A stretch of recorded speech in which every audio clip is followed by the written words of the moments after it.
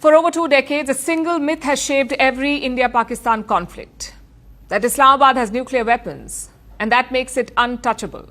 It started in 1998, that's when India became a nuclear power, and so did Pakistan, and since then, Islamabad held on to one narrative. A narrative that was crafted by Rawalpindi's generals and accepted by the world. It made Pakistan's nuclear weapons their license to export terrorism, to operate a state-sponsored terror machine. No matter what Pakistan did, there were no real consequences. They kept bleeding India from the 2001 Parliament attack to the 2008 Mumbai attacks, and India responded with dossiers, diplomacy, and declarations. Never military action. That changed in 2016.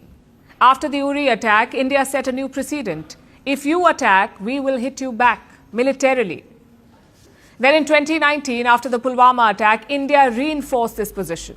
Indian jets bombed Pakistani terror camps. And now after Pahalgam, India's position has seen a quantum shift. Any act of terror will be seen as an act of war.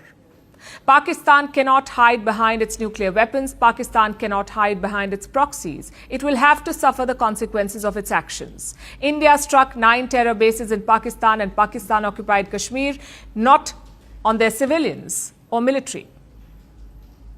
India did not want an escalation, Pakistan did. But their moves backfired. As India demolished Pakistani air defenses, the myth of their nuclear shield cracked. Now, to be honest, it's a bit of a delayed reckoning. India has a no first use policy. We won't use our nuclear weapons first. So Pakistani nukes were not about deterring India from using nuclear weapons. Pakistani nukes were about deterring India from doing anything at all. Any retaliation to terrorism was seen through the prism of a nuclear escalation. It was almost a strategic veto. Pakistan could outsource its wars to non-state actors while claiming innocence, and India and the rest of the world kept giving them a long leash, fearing a nuclear response. But now Prime Minister Modi has called that bluff. You see, deterrence only works when both sides are rational actors bound by rules. Pakistan is neither rational nor law-abiding. It has weaponized irrationality. It keeps threatening apocalypse in response to accountability, and beyond that, it spun this mythology of the Islamic bomb. You see, India conducted its first nuclear test in 1974. It was called the Smiling Buddha. That prompted Pakistan to aggressively pursue nuclear weapons. And leading the charge at that point was then Prime Minister Zulfikar Ali Bhutto. He even had a famous quote. This is what Bhutto said: "We will eat grass, we will go hungry, but we will get one of our own." He was referring to a nuclear bomb, an Islamic bomb.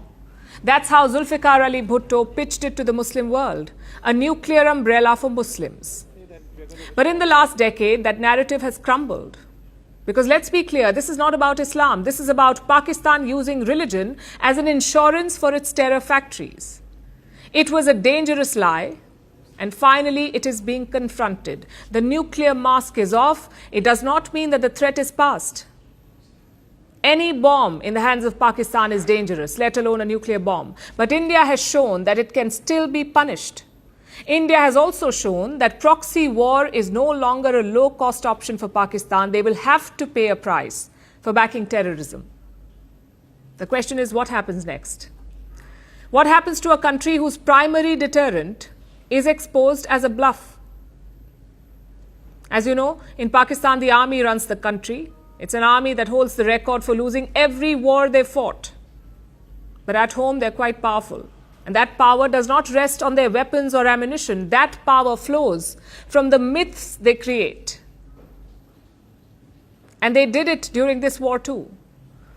One report stated Defense Minister Khwaja Asif hinting at a nuclear war. Another report said Pakistan's top nuclear body was supposed to meet. So this time there was saber rattling. However, India is dismantling those myths. We are always prepared to face any eventuality. And like I said, that's for the sovereignty, the territorial integrity, and the safety of our citizens. So whatever has to be done will be done. I'm not so concerned about what Pakistan will do in this time. I'm only concerned about what we will do. We have a roadmap and a plan, and we will follow it diligently, and we will follow it to the T. Nukes cannot be a cover for terrorism. You cannot blackmail the world while gunning down innocent civilians. You cannot invoke the apocalypse when someone tries to hold you accountable. If Pakistan fires, India will fire back. That is the new normal. And in many ways, this is not just a military recalibration, it is also a psychological revolution. The terror machine may not dismantle overnight, nor will Pakistan stop its saber rattling, but something fundamental has shifted. India is no longer playing by Pakistan's script. Once you call the bluff, the game changes forever.